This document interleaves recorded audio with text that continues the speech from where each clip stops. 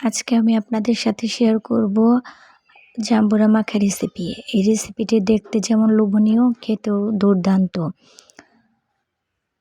Hello everyone, আসসালামু আলাইকুম। Welcome back to my channel Sweety Kitchen হাউজে সকলকে স্বাগতম। আশা করি সবাই ভালো আছেন।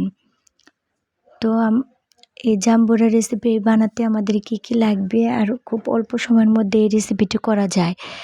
তো সবাই বাড়িতে একবার হলেও ট্রাই করে দেখবেন, এই রেসিপিটি খেতে কত মজা। চলেন তাহলে পুরো রেসিপিটি দেখে নিই। তো প্রথমে একটি জাম্বুরা নিয়ে জাম্বুরাটা সুন্দর মতো ধুয়ে পরিষ্কার করে নিয়ে এইভাবে খোসা ছাড়িয়ে নেব।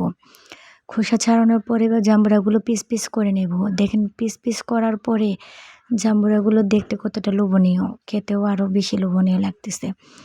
তো ওই পিসগুলো খোসা ছাড়িয়ে এরকম এড়িয়ে নেব এক একটা করে, এক একটা পিস থেকে। তারপর আমরা এই খোসা ছাড়ানো জাম্বুরার উপরে দিয়ে দেব 2টা কাঁচামরিচ, একটা শুকনো মরিচ কেটে ছোট ছোট করে কেটে নিয়েছি। আপনারা চাইলে মরিচ একটা বাড়িয়ে বা কমিয়ে নিতে পারেন, ঝাল যেরকম খান। তো তারপর আমরা দিয়ে দেব 1 চামচ চিনি। আপনারা এই চিনির পরিমাণটা বাড়িয়ে বা কমিয়ে নিতে পারেন।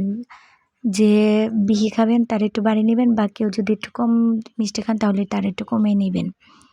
তো তারপর আমরা দিয়ে দেব স্বাদ মতো লবণ। লবণটা আপনারা বাড়িয়ে কমিয়ে নিতে পারবেন।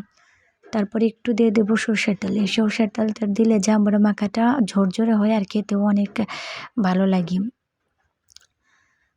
তারপর আমরা দেব কাসন্দ। এই কাসন্দ যে কোনো ভর্তার মধ্যে দিলে বা যে কোনো টক জাতীয় কিছু মাখার মধ্যে দিলে মজাটা খুব দ্বিগুণ বেড়ে যায় আর খেতেও অনেক ভালো লাগে আর দেখতেও অনেক সুন্দর লাগে, লোভনীয় লাগে।